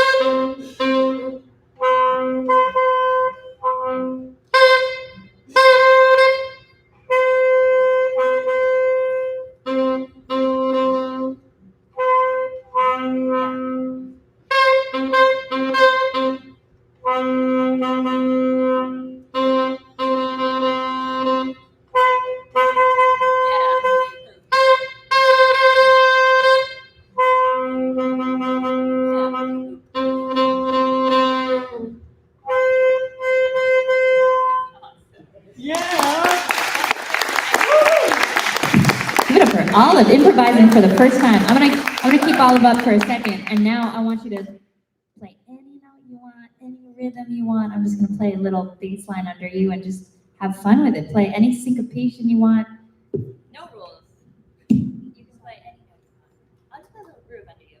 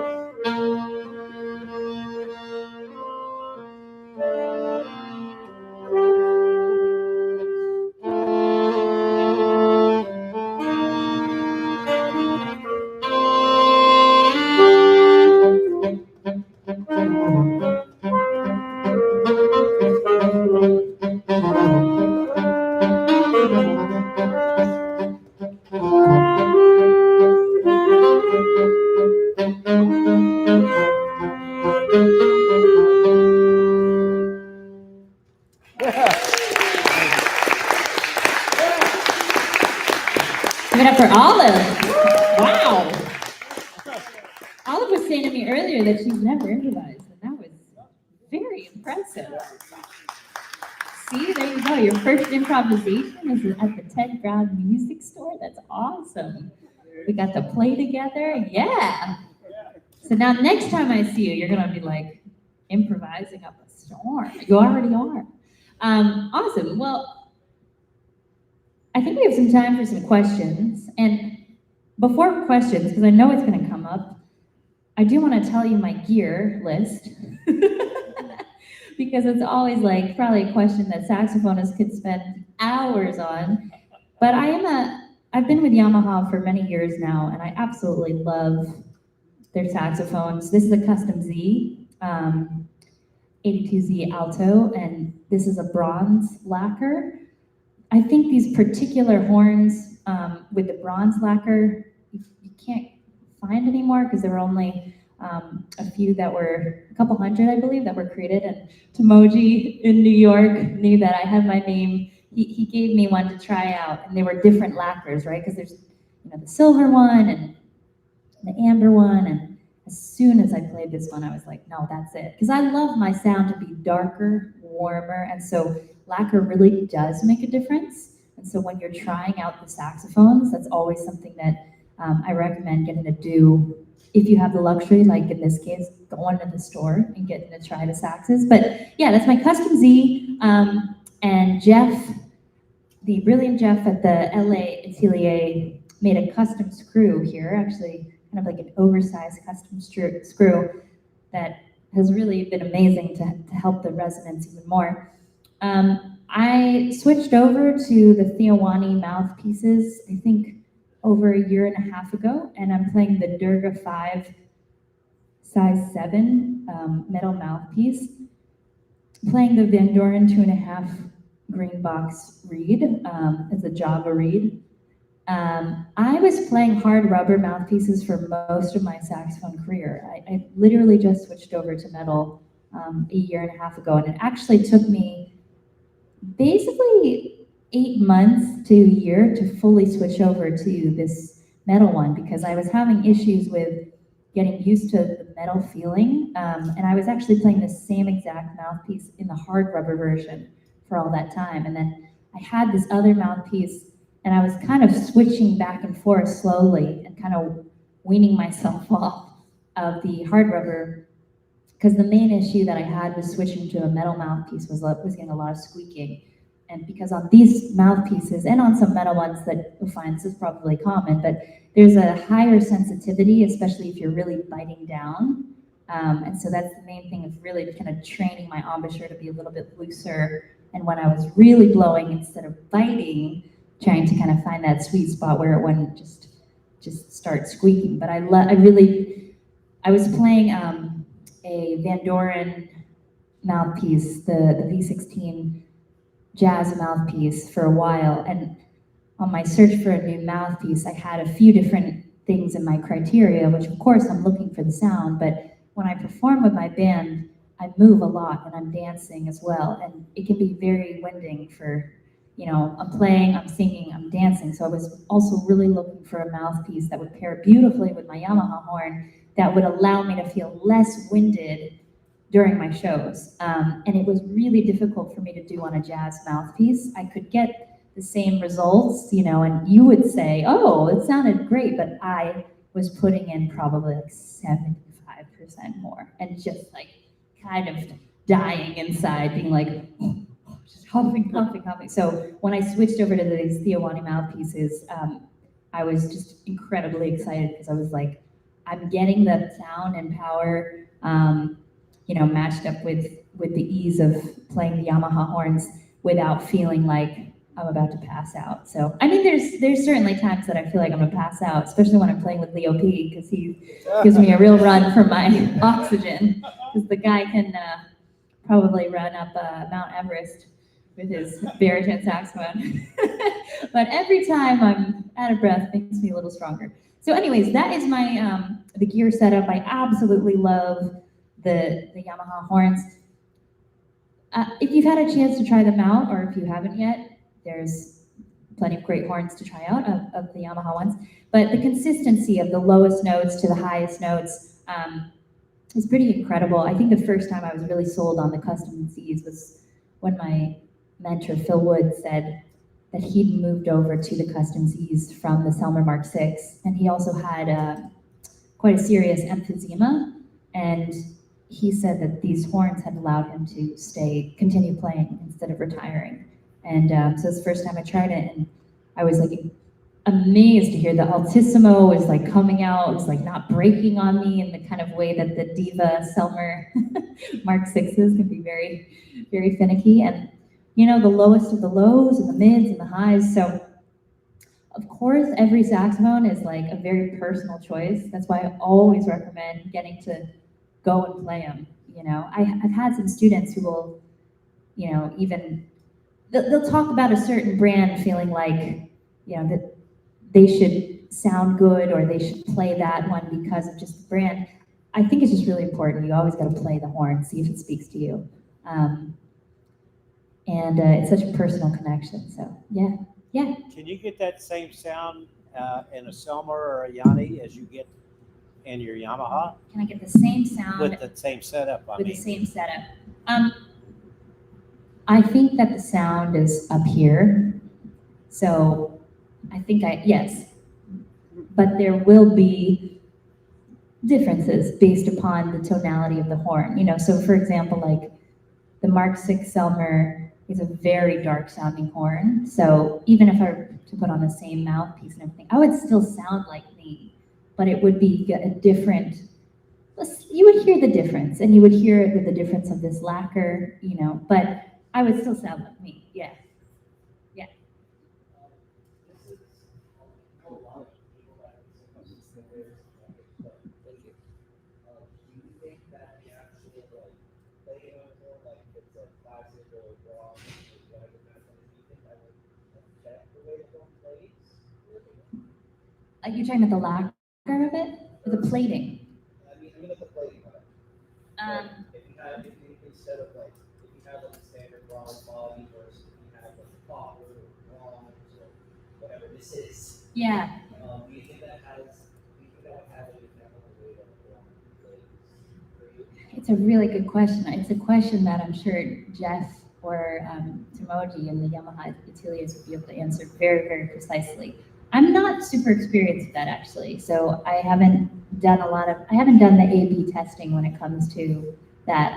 I mainly know when it comes to just the whole lacquer on the whole saxophone, you know, the differences and the big differences that I hear. But yeah, I would kind of be curious to hear Jeff or Timoji's thoughts on that with the saxophone specifically. But I would say the more horns that you try out and the more different lacquers and things you try out, it's like at the end of the day, the sound is about how it hits your ear and how it feels and how it's, you know, I noticed with even just changing this piece out when Jeff made this for me, I was shocked at how that was resonating and changing the sound more than the initial screw that came with it. So it could, yeah. Hi, can you talk about your songwriting and is it a process for you or like inspirational moment? Oh, my songwriting, talking about my songwriting, if it's a process for me. I mean, I've written songs kind of in different ways. Sometimes it is from maybe something I went through in my life. That could be the inspiration. I've written songs when I've been in love. I've written songs when I've been out of love. I wrote a song once after performing in San Quentin prison for the Frank Morgan documentary, and I was so overwhelmed with emotions that I just felt like I had to write something. I've also written songs if there's just a deadline and I needed to get something on paper. But something that I love to do as a writer that brings me inspiration is I do like to picture like a scene, you know, and kind of have a story in mind. Let's say if I didn't know what I was writing about, you know, wasn't falling in love or falling out of love or a certain person or circumstance, say I just had to make a song. I do love almost, it's kind of like scoring my own movie in my head. I have a song called The Nighttime, and it's kind of this tango piece, and I literally imagine these two people like dancing together and having this beautiful night under the stars, and like I was trying to write that story musically.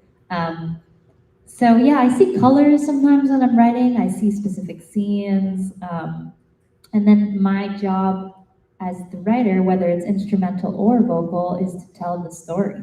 I like to demo a lot of my songs using my DAW. I use Logic Pro, and I have a setup at home, my studio setup, where I've got my computer, I've got my interface, my mic, and what I'll do before I bring a song to my band or record it is I'll always create the mock-up demo versions. So then I can send that to my band and say, okay, now put your flavor on it. But I really want them to hear the initial ideas that I had. And I also really like that process because you can slow everything way down, you can go at your own speed, and then you're just kind of producing it out. And it doesn't have to be the finished product. It's not like I have the finished synth sounds on it or anything like that. I just can create the skeleton and write the song to the best of my ability that way. Can you talk a little bit about one of my favorite songs that you've ever written is Trying to Figure It Out. Oh, thank you. And can you talk a little bit about, you know, like that process of writing that song? Sure, yeah, that's really, thank you so much.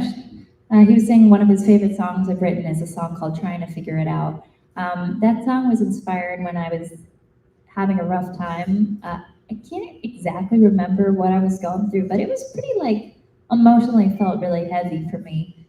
And I had a conversation one day with my mom, and I was telling her about what was on my mind. And it was really through that conversation. Like she said some things to me that really felt like a different perspective, you know, and I literally started to hear a melody. And then I started to write down some of the lyrics that were based upon our conversation. And I went over to the piano. Songs have a tendency, especially if I'm in an emotional state, to kind of come out quickly. And I always like to be near a piano, or you'll see I have so many voice memos of just me singing ideas.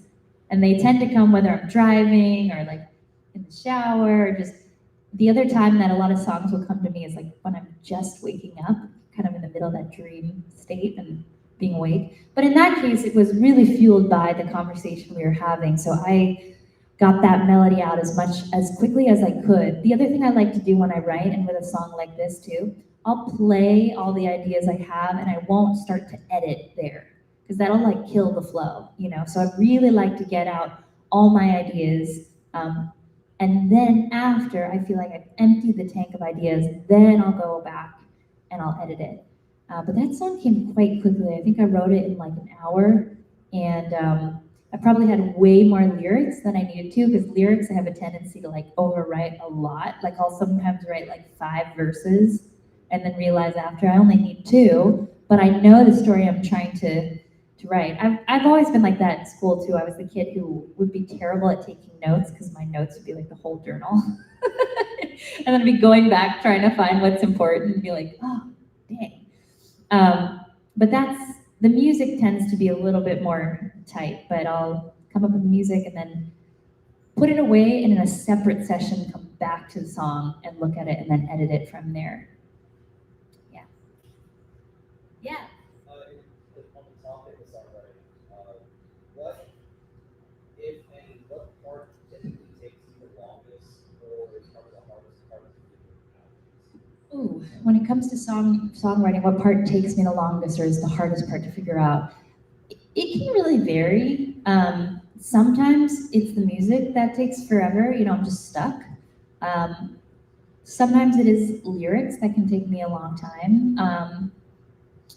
I tend to, if I'm feeling really stuck with not knowing like where the song should go, you know, say I wrote a verse or a chorus, then I'm like, I don't know where to go. I will go to other recordings that are inspirations to me and then kind of use them and dissect them and be like, okay, what is the form of the song? Oh, it's like a verse, a chorus, a verse, chorus, a breakdown, you know, if we're talking about more of a pop song. But if it's like a jazz song, I'll also dissect that. And so that'll give me ideas of maybe where I could take the song with the form and the music.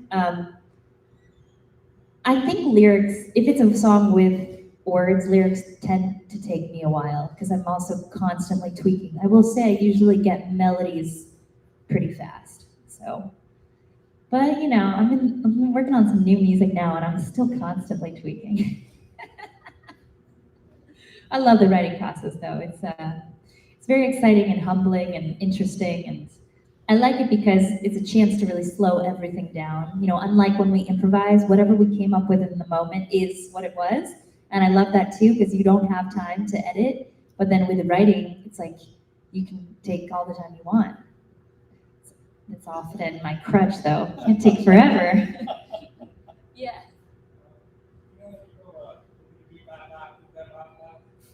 You're making that. I've always several really good musicians who do that. It's not come natural to me. I mean, that's really cool. Does that really help me by practice trying to get the rhythms, hitting syllables? 1000%. Yeah, absolutely. I mean, vocalizing anything before you're playing it, and then as you're actively working on playing it is like been one of the top things that I do with my students, because if you have it here and you've got it here, it's gonna be a whole lot easier to play it. And the thing about, and I don't think these things come easily to majority of people. I really think the more someone's listened to the music, it might come easier to you because it's a familiar sound. But I think anyone, when they're working on anything new, it's like we've got to work on it, we've got to practice it. The other thing I like about syllables, even though they might sound kind of funny, like boop, boop, dap, dap, it gives us an indication of the articulation, right? So if it's like dat, dat, dat, dat, and if you say that, you can literally feel with your tongue where the note cuts off. Or if I go da, da, da, da, that's more of a legato note. So if I'm singing a phrase, I can really pay attention to the articulation. By the way, when I played that example, like with the Fearless Flyers, I was absolutely singing my parts. And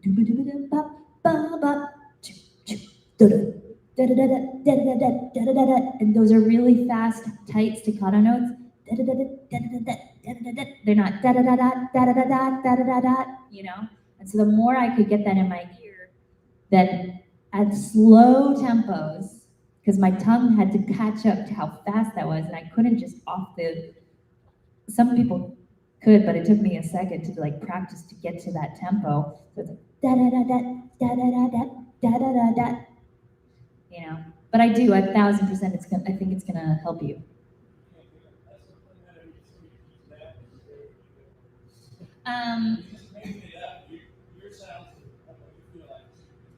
Well, I think that the syllables da and dot, like even just that, da and then dat, are represent kind of da could be a legato note and dot could be like a staccato note.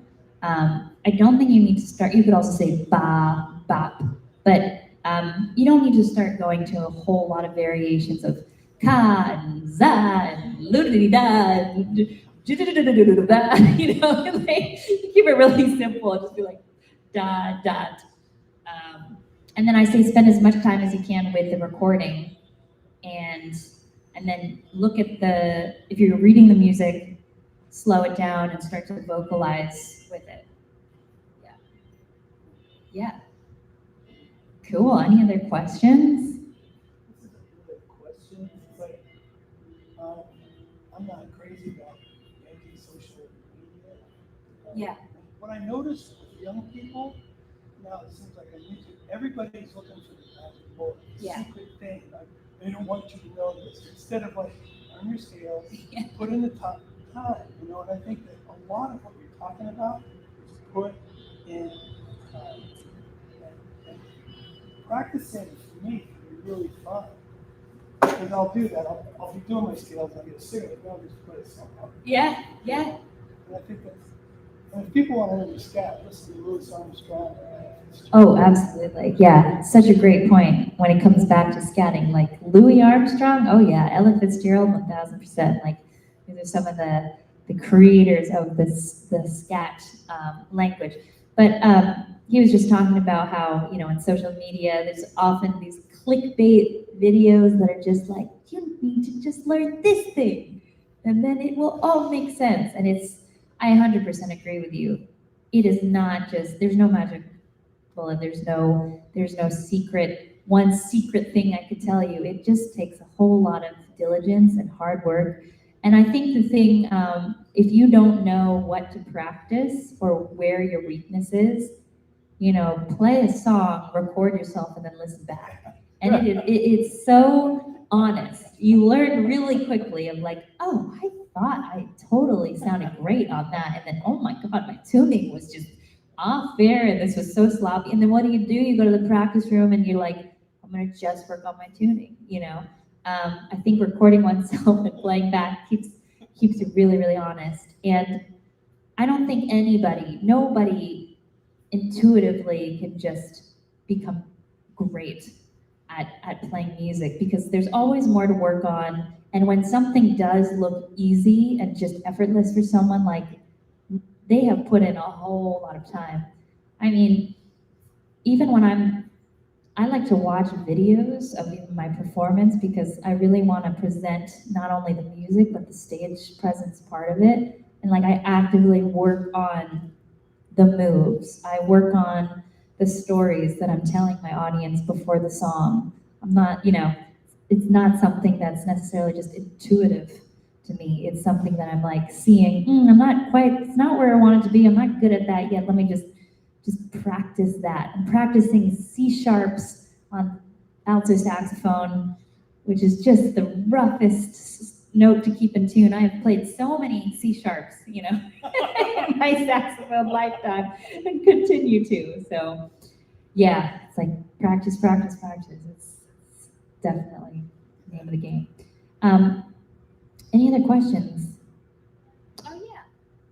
I wanted to ask you about having a background in university and jazz. Yeah. There are a lot of stuff out there. Do you recommend a particular one for your students if they don't have some rhythm background while they're trying to solo? Rhythm, sorry, do you mean like a backing track? Yeah. Oh, yeah. Do I recommend a specific backing track? A lot of my students like on the more basic level, like iReal Pro is a very easy app you can use that you could just kind of download and put in any song or chord changes. It's not the most inspiring as far as having like a great sounding rhythm section, but that's one that I've used.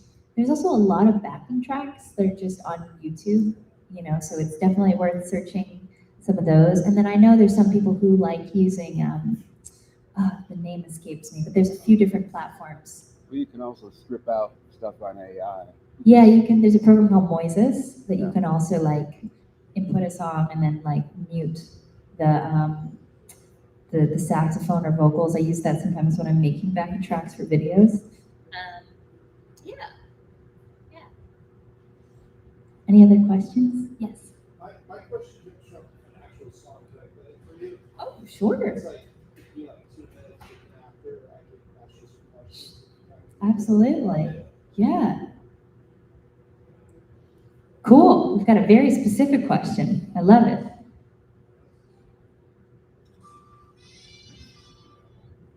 Can you maybe bring it here? I'll put it in the mic. Or if you want to hold the mic and play it.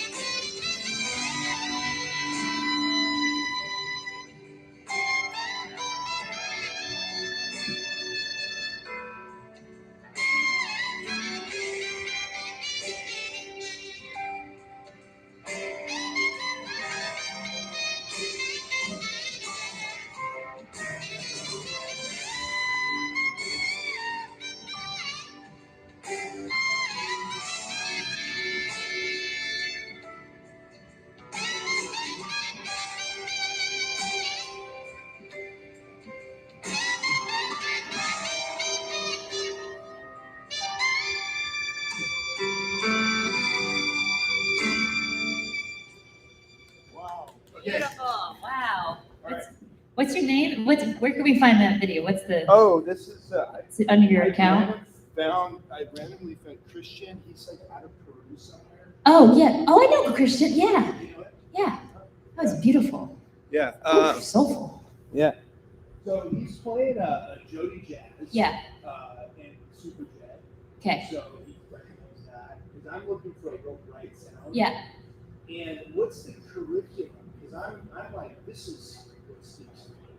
This whole lyrical. Yeah. You know, I don't know. Super if soulful. you're talking about like words and stuff to the song. This is, Yeah. I don't know if this is words. This is more of like an emotion. Yeah. Type of thing. And that's when I'm playing. That's what I'm. Yeah. So how do I wrap my mind around the curriculum to get to that? Obviously, it's a lot of practice and repetition. Yep. And all that stuff. Yeah. What would you Oh, it's say? such a great sound. I mean, I think because you already feel compelled to that sound, you probably listen to a lot of that and the sax players and, because I hear, David Sanborn influences in there, maybe some Gerald Albright. Like, I mean, there's a whole, I'm sure Christian could tell us the list of influences. But I think firstly, having that playlist of those players that you love, the songs that you love, because the more that we listen to the music, the more it gets ingrained. Like I said a minute ago, it's like it's here and it's here. Of course, yes, we got to work on the technical thing, but even if you work on the technical thing a lot and it's not here, and then you don't know what you're going for, it's like it's that target. So I think that's very important to keep listening to it. Are you happy with your current tone and like kind of that brightness? Do you feel like in your current setup you have that sound? Yeah, I've got Will Hart metal mouthpiece. Nice. And Nice. so, And it's got that like brightness yeah, that. I actually have a little plastic steps to put inside too. Oh, interesting. Yeah. Yeah. Okay. So then that's great. And gear wise, you feel like comfortable and that you're embodying the sound. I mean, I really think at this point, it's like, you got to start transcribing. I mean, have you started that process of finding, what I would do is find that a song you want to work on or a solo that you love, try to pick one that's like kind of in your level, that's not, too crazy, but it has that emotion. It's got some of those notes, the sound that you're looking for. And what I always say to my students is like, I want you to learn it by ear first, without reading the notation. I know it's so easy to get any song you want and download it, but really like the old school version of just listening to that song. And by the way, even if it's like an 8-bar solo, you could just have that looping. And then what I do is active and passive listening. I was talking about this with you earlier, which active listening is headphones are on, you're really focused on it, you're singing along, Passive is like when you're driving or, eating dinner, it's just playing, because that's also getting in our ears. And then it's the active, once you can sing it, I want to know first that you can sing it top down, you've got all the articulations. And even if you're not a singer, you don't need to be a singer, but you still try to do, all the little bends and the staccato. Then I say pick up the saxophone, and then you start to transcribe. It's going to be so much easier to play it because you have it here. It's a slow process, but ultimately that's the way that you get new language under your fingers. I think listening alone is not going to get one there. You can know what you like, but it's not until you like really dig in there and you're starting to see like how the sausage is made, because you might think that it sounds very complicated, but the cool thing about transcription is you discover, oh my gosh, like I said about Maceo, it's just the minor pentatonic scale.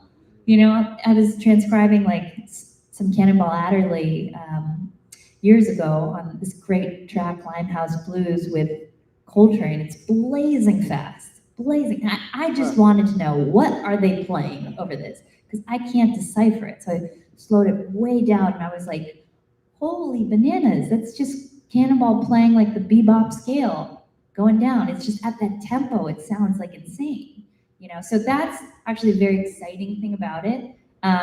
So that's what I would say for you right now. Altissimo is a whole, takes a whole, probably a whole master class on that, but it's really important to be practicing your overtones in order to be able to then unlock altissimo. And then, like anything else, that's just a very targeted thing that you need to practice. Altissimo and overtones have a lot to do with like voicing things correctly, and then of course fingerings. But I'd say pick a song or a solo and start there. Yeah, awesome. I love it. I love that people are going home with homework. Which, by the way, I'm just going to also mention, I do have some online resources of me teaching. I have a master class that I also created with baritone saxophonist Leo P, where we get into, it's over 8 hours of tutorials, practice tracks, lead sheets. There's a lot to practice there. It's kind of the way we built this master class is we were thinking, if this is something that someone wants to chip away at over the long haul, or say at some point you're inspired and like, I want to learn how to do crazier effects, great, you can go in there, there's a whole thing on like special effects. Or I want to really focus on improv, great, you go in there and work on that. But anyways, I'll set out some cards for it, I think at that table. I have some merch and I have some info on some of the online educational stuff too. So, and I do teach regularly online too, so if anyone's interested, you can feel free to take my info. Well, maybe if there's any other questions, otherwise I think we might take a break, and then if anyone is sticking around, which you should definitely stick around, so we get to play together again. I think there's going to be a little jam session at 4. But any other questions? Oh. So much. Coming to Little Tacoma. Oh, it's my pleasure. I learned so much. I'm so glad. Well, it's really my pleasure, and I just want to give a huge shout out to Yamaha and Josh over there. By the way, everyone feel free to talk with Josh. He is a wealth of information, and on the Yamaha team. And then, of course, Ted Brown Music and David and the whole team here, the wonderful folks that have made it possible. So it really is. I'm blown away. It's my first time here at the store, and if I lived in town, I would be trying out all the instruments here. And I think you have time to also try out some instruments, so you can chat with Josh and try some stuff out. Awesome. Well, thank you so much, everyone. I'm also going to hang out. I'm going to take a little breather, but I'll be by the table with some merch too, and then we're going to get ready for a little jam session. So see you soon. If you've got your horns, feel free to keep them, yeah, and you can jump on up. Oh, wonderful. You do? I loved it. Took me all summer to learn that. Wow. Do you do other game music too, or is that? No. Awesome. What'd you think? Are they And you're all. Yeah. Where'd you play also like? Your book. That's a What do great you song think? too. Yeah. Well, we heard. Well, Well, I want to be Oh, I don't know. that's awesome. I get why, but you're not wrong. Yeah, I would rather play also. Yeah, I get How it. do you know that? Thank you. Yeah. Are you? Hey, what's your name? Tom. Pleasure. I'm gonna hang around. Yeah, but I wanted to do Yeah. what I wanted to Yeah. do a solo for like in 9th grade. I was talking to Sophia, and I at that point I wanted to do like a creative thing with the baritone, and I tried to get into Sophia, Yeah, I and love Sophia's more music. classically inclined, like you know. Yeah. And Wonderful. she, Yeah. yeah, she was like, oh no, and then forgot about it. And anyways, I figured she might want to do this. And then we looked into the saxophone quartet, and then that's why you and your gang members. Yeah, she's doing great. She's also in Berkeley. Well, I can't really say anything because I play all this. Yeah. Hope you don't gang. Oh, that's awesome. six altos, Yeah, two tenors.